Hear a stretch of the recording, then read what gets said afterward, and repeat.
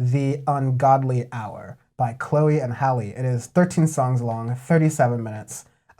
Much more pleasurable time period for me as an album listening experience. And I like it a lot. I like this a lot. This is contrasting R&B that feels really fresh. And very, fresh, genuine, and just good overall. Yeah, thoughtfully produced. A lot like the Tiana Taylor album. Yes, only that but the production's this fantastic. time it's just like...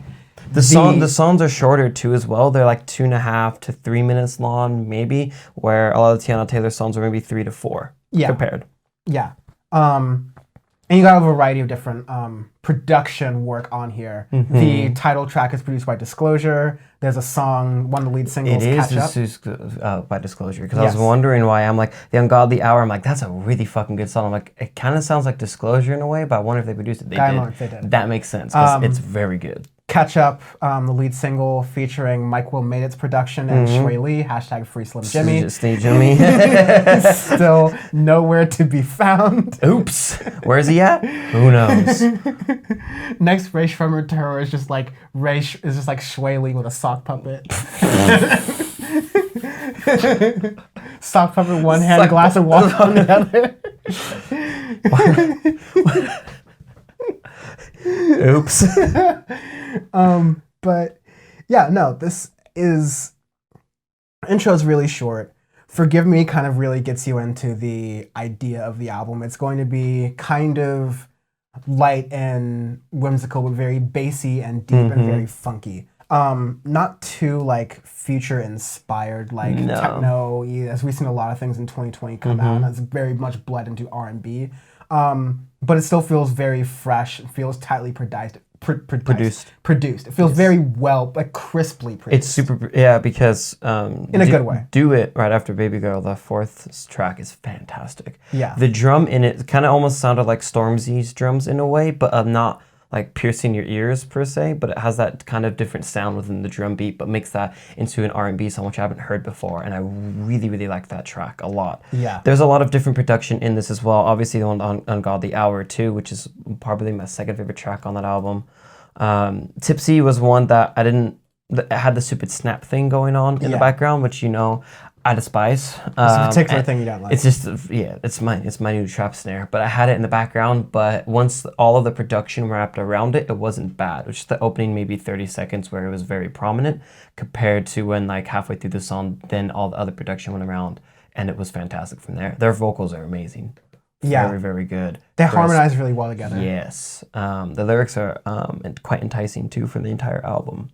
Yes. It's good. I really like it. There's only just there's just the one feature with Mike Will Made It. That's the one like linked feature, but I think there are a couple other artists who sing and do backing other vocals things here in and there. You can hear it. I don't have it all in front of me right now, but yeah, that's a really good thing is that this is another album where all of the vocalists, less so with Tiana Taylor because it had more features and definitely the vocalists came from trap and were very auto-tuned, but these you have really genuinely good singers who sing and they harmonize so well that along with some good production, I imagine that there's some like voice, editing and smoothing just as you would do and when you're mixing and mastering like a studio album.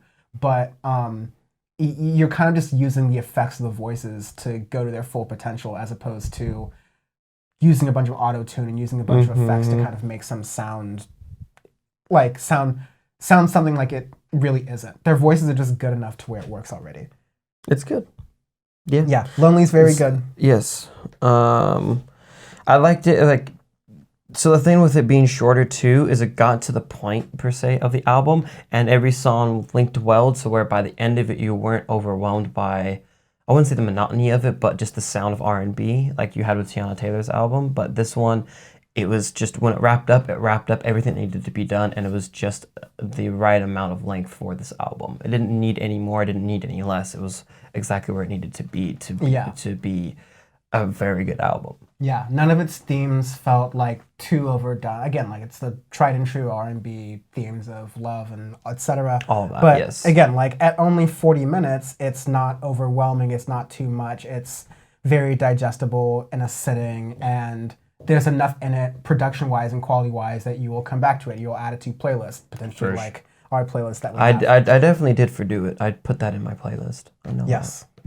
I'm good to review it, give an arbitrary scale rating. that. Go ahead. Crowd sizes, of course, comparing it to Donald Trump's failure. I'm gonna give this a Hollywood Bowl, back when we could have concerts on like a Thursday evening. Okay, solid. So depending on who's there, it may get sold out. Other days, it may not get sold out. Yes. But these are up and coming artists. They're like, they've been at this for years. I think they were like doing YouTube videos since they were 13, 12. That's wild. Now they're like 18, 19, 20, around that age. So great trajectory going for them. This Should be very good. is what is this? This is an EDM festival in like 2010, 2011. How big? Are we talking like Ultra or just getting out of the shadows again, EDC? Yeah, like EDC 20. Let's go to EDC 2012. Like 2012. Okay. So it's like, because like a couple years after all the shit that happened down in 09 like that we don't talk about. Like EDC 2007 So is a it's little like, different case. there's like 4 people show up. I'm the only one there, a Dead Mouse fan. Woo! But it's like that where you're starting to get crowds of like 10, 20K plus around that number, but not like where it's completely seas of humans just yet. Yeah, but getting there. Getting there for sure. You're stuffing a club. Yeah.